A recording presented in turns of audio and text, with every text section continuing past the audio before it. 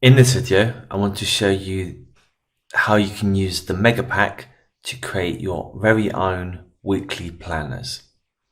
So once the Mega Pack is loaded, under choose an option here, we want to go all the way down to weekly planner and then hit OK.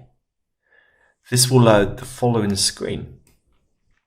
Now here, our first option is to choose our date range for our weekly planner.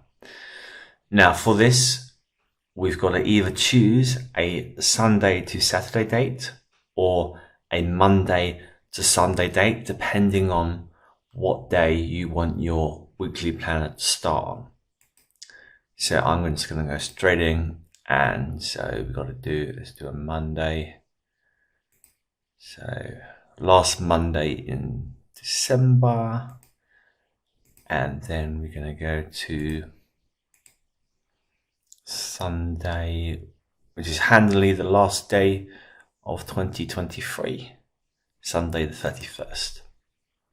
Now you can choose any range here, you're not limited to just 1 year. You can create dates in the past as well, and you can do 5, 10 years, as many years or pages as you want for your weekly planner. And then after this, our next option and our first option under formatting options is for our month. And that's this bit here. Now we can choose any font that you have installed on your computer. And then when you change the font here, you'll see the preview change next to the drop-down menu there, like so. We can of course change the font size, our alignment. So of course at the moment it's center, but we can have that on the left or the right side, and whether we want this to be bold or italic. Our final option under month is our format, so our display format. So here it's January 22, but we can choose from we can either have Jan 22, Jan 2022, and then the same again with the full month. And of course these will be in your date range that you've selected. So as I've got January 2023, that's what it'll display for me. So I'm going to go with January 2022. So mine will be, because I start in December, I'll have December 2022, January 2023, February 2023, and so on until December 23. Our next option here is for our week no text. So this is the text here, week no. We can change this to whatever you want, or you can of course leave it blank, and that will just leave the number of each week there, completely up to you. And again, we have exactly the same options with our font and our styling. Again, we can change our font, see the preview there, of course change the size, the alignment, and whether we want it bold or italic. And then the same for our week off. Again, we can change the text if we want by typing in here. We can again change the font size, the alignment, and whether we want bold or italic. And here we also have the option, we can change the week off format. So as you can see here, we have an array of different options of how you can display the week of. You can choose any one of these that you want. And then our final option on this side is for our day. That's this bit here. Again, we can choose our font and see the previews there, change our font size and our alignment, and whether we want it bold or italic. And then our final option is we can also choose the day format. So at the moment, it's 02.Sunday, for example, but you can change a variety of different options here, from comma, space, having the day name first, abbreviations. Again, any of these options you can choose. I'm going to leave it on the default. And then over the other side, we have our page setup. So this is our page size or our interior size. At the moment, it's on 8.25 by 8.25, so a square. I'm just going to quickly change this to 8.5 by 11. You can put absolutely any size you want in here, and it will automatically scale the calendar to your requirements. And then the same applies for our margins. Again, we can have our left and right margin here, and of course our top and bottom margin size, all in inches. And then finally, we have an option to add a gutter or inside margin if you so wish. And you will probably need this in larger books, and this basically just moves the content away from the inside of the book so it doesn't get sort of sucked in to the binding. In this example, I'm just going to have that on 0. So if we go down, we can now click Save As. And then here we have the option to save in 3 different formats. So we can save as a PowerPoint file, and that can be opened, of course, in PowerPoint, in OpenOffice, LibreOffice. You can import that into Canva. You can use Google Slides, Keynote, a ton of different programs. You can edit the file when you don't actually need PowerPoint. And we also have a PDF file, and this can be customized in something like Affinity Designer.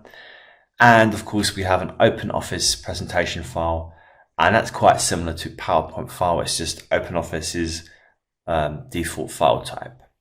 So first of all, let's just hit PowerPoint file, and then I'm going to call that my weekly planner.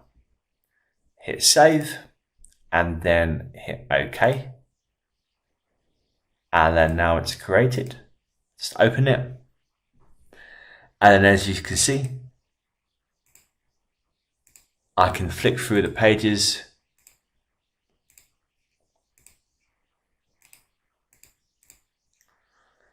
And it's created my my weekly planner to my specifications. Now, this is fully customizable and editable as well. It's just as if you've created this yourself. You can obviously change the text. You can edit, the styling, the sizes. You can, of course, add your own elements in. You can move things around. It's as if you've made this yourself inside PowerPoint or whatever software you're using to edit it. And now I'm going to hit close, and no, I don't want to save. And then I'm now going to quickly show you on Canva. So if we go up the top, hit upload, hit browse, and then I'm going to choose my my weekly planner here, hit open. And then we just wait for that to import down here.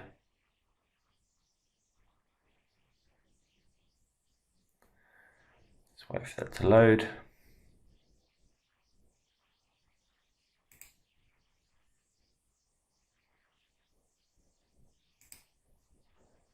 Then we open that up.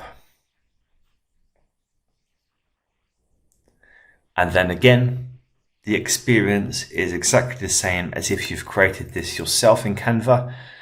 You can edit the different elements, change different sizes, formatting, different fonts, for example. You can also, as per normal, add different elements onto the page, like so. You can move things around. It's as if you've made this weekly planner in Canva yourself. And then finally, I'm just going to quickly go back into the Mega Pack and the weekly planner feature.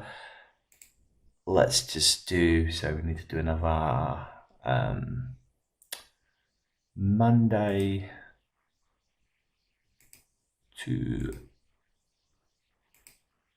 Sunday. And I'm just going to quickly leave all the options the same. I just want to show you this also in Affinity Designer. So I'm going to hit PDF file here, hit save and OK. Wait for that to create. And then in Affinity, I'm going to open my weekly planner, load all pages.